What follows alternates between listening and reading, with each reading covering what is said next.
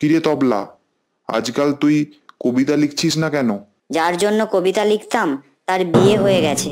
আহারে, তাহলে তো তুই আরো ভালো বিরহের কবিতা লিখতে পারবি, কারণ তোর গার্লফ্রেন্ড তোকে ছ্যাঁকা দিয়েছে। সত্যি বন্ধু, খুব বড় ছ্যাঁকা খেয়েছি, কারণ সে আমাকেই বিয়ে করেছে। তাই এখন কবিতা লেখার বদলে আমাকে দিয়ে বাজারের ফর্দ লেখায়।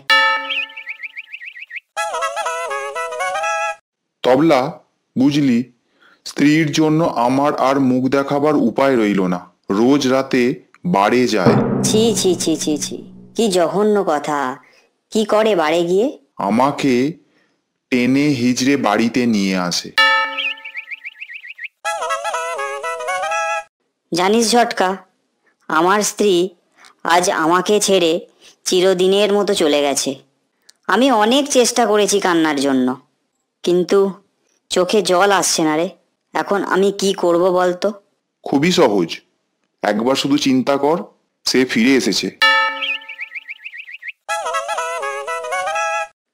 কিরে ঝটকা, কি ব্যাপার?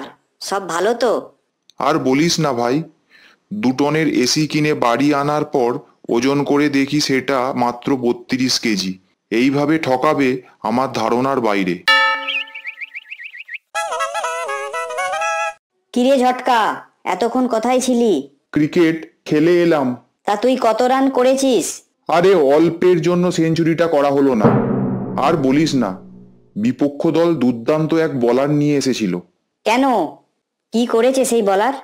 আর বলিস না, মাত্র 99 রান বাকি থাকতেই আমার উইকেটটা নিয়ে নিয়েছে ওই বলার। জানিস তবলা, রাগী মেয়েদের দিয়ে বেশি বেশি কাপড় ধোয়ানো উচিত। কেন? কারণ তাদের রাগ যত বাড়বে কাপড় চোপড় তত বেশি আঁচড়াবে, এতে তাড়াতাড়ি কাপড় পরিষ্কার হয়ে যাবে। ঝটকা, ফোর্ড কি জিনিস জানিস? হ্যাঁ, গাড়ি। আর অক্সফোর্ড? গরুর গাড়ি। আচ্ছা তবলা, আমি যখন গান করি তখন তুই বারান্দায় গিয়ে দাঁড়িয়ে থাকিস কেন? আমি যে গান গাইছি না সেটা অন্যদের বোঝানোর জন্য। জানিস ঝটকা, আমাদের বাড়ির সবাই বাথরুমে গান গায়।